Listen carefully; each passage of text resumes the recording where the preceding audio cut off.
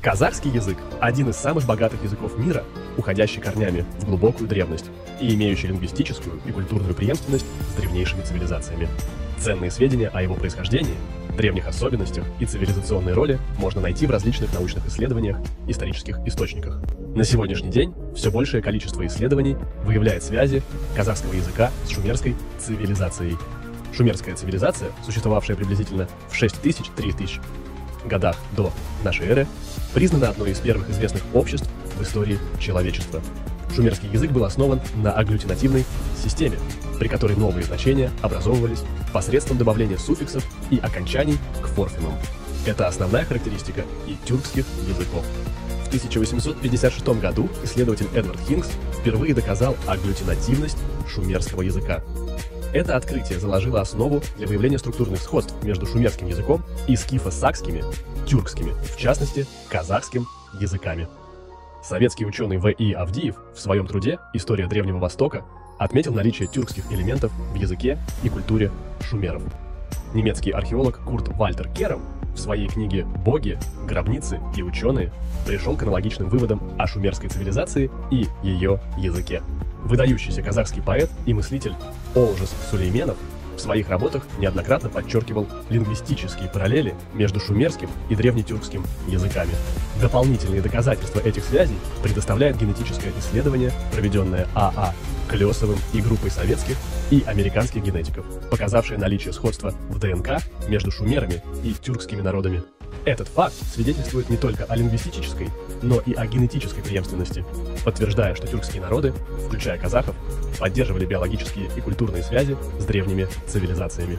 Одними из первых ученых, расшифровавших тюркские рунические надписи, были В. Томсен и В.В. Радлов, внесшие значительный вклад в их введение в научный оборот. На основе этих надписей советский ученый С.Н. Кляшторный пришел к выводу, что не существовало никакой цивилизации, кроме тюркской. Смелое и обоснованное утверждение в тюркологии. Казахский исследователь Адилбек Ишанбекулы также внес важный вклад в эту область. Проанализировав более 1000 шумерских слов и выражений, он продемонстрировал их удивительное сходство с казахским языком. Ишанбекулы предполагает, что название шумер вероятнее происходит от казахских наименований Шимыр или Сумырын, а также указывает на соответствие шумерских имен казахским династическим названиям, таким как Канглы, Кыпчак, Конырат и Киокмурын. Он трактует слово «шумер» как «шом-жер» – земля хижин, «жумыр» – круглый или «шим-жер» – плодородная земля.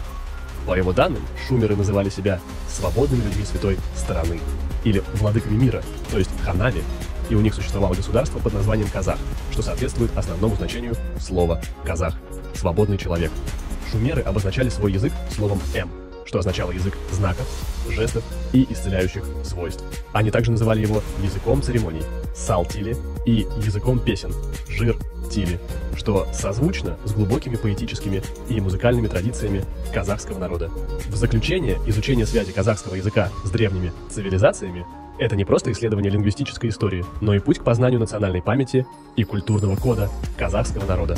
Казахский язык – это не только современное средство общения, но и духовное наследие, пришедшее из глубины тысячелетий, золотая нить тюркской цивилизации. Лингвистическая, культурная и генетическая преемственность между шумерами и казахами предоставляет не только теоретическую основу, но и возможность пересмотра роли казахского народа на исторической арене.